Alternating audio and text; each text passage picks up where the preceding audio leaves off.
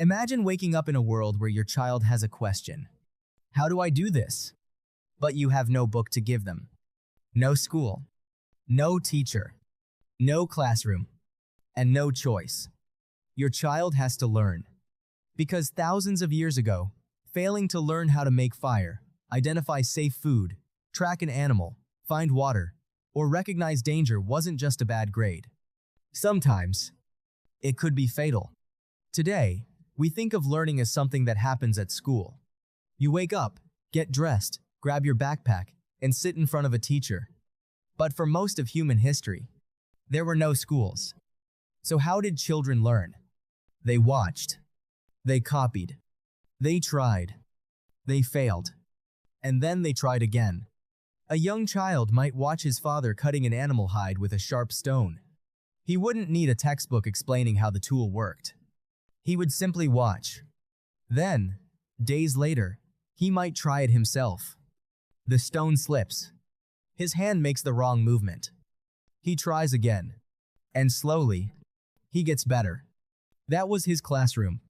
His family was his teacher. And the world around him was his textbook.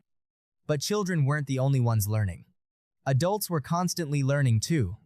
Which river had the most fish? Which plants were safe to eat?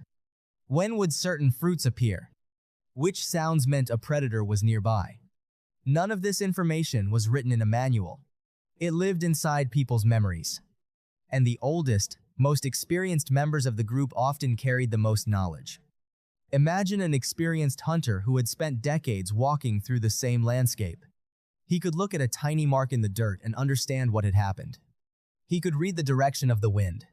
He could recognize tracks. He could know when an animal had passed through an area. A child walking beside him could learn simply by watching. And years later, that child might teach someone else. Knowledge moved from person to person, generation after generation. But ancient children didn't only learn through work. They learned through stories. At night, people gathered around fires, while older members of the community told them about dangerous places, water sources, animals, distant groups, and mistakes that had happened before. Stories may have been entertainment, but they were also a powerful way to remember information. If an elder told a child, "Don't cross that valley after heavy rain, the river rises without warning," that warning might stay in the child's memory for decades. Because it wasn't just a fact, it was a story. And humans are extremely good at remembering stories. Then something even more powerful happened.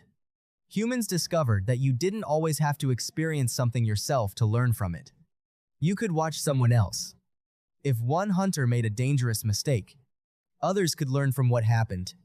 If someone discovered a better way to make a tool, the rest of the group could copy the technique. Humans weren't learning only from their own experiences. They were learning from the experiences of other people. That became one of our greatest advantages. Animals can learn too. But humans became unusually good at passing knowledge from one generation to the next. A child could learn from parents, then from grandparents, then from other members of the community. And eventually, that child could teach the next generation. This continued for thousands of years. Then humans began farming. Permanent villages appeared. Communities grew larger. And different people began doing different kinds of work. Some became farmers. Some made tools. Some traded goods.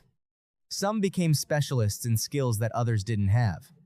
And as human societies became more complicated, learning from your family alone was no longer enough. There was simply too much knowledge. People needed ways to organize it, to preserve it, and to teach it systematically. And that is when something new began to appear in human history. Schools. But schools didn't invent learning. Learning was already ancient. It began when a child sat beside a fire and watched an adult shape a stone. It continued when a young girl learned which plants were safe by following her mother. It continued when an elder taught children which path was dangerous. Long before classrooms had walls, humans were already teaching. And perhaps the oldest classroom in human history wasn't a building at all. It was a family, a community, and the world itself. And if you want to discover more forgotten stories about how humans lived, survived, and changed the world before modern life existed, subscribe and join us for the next journey into the past.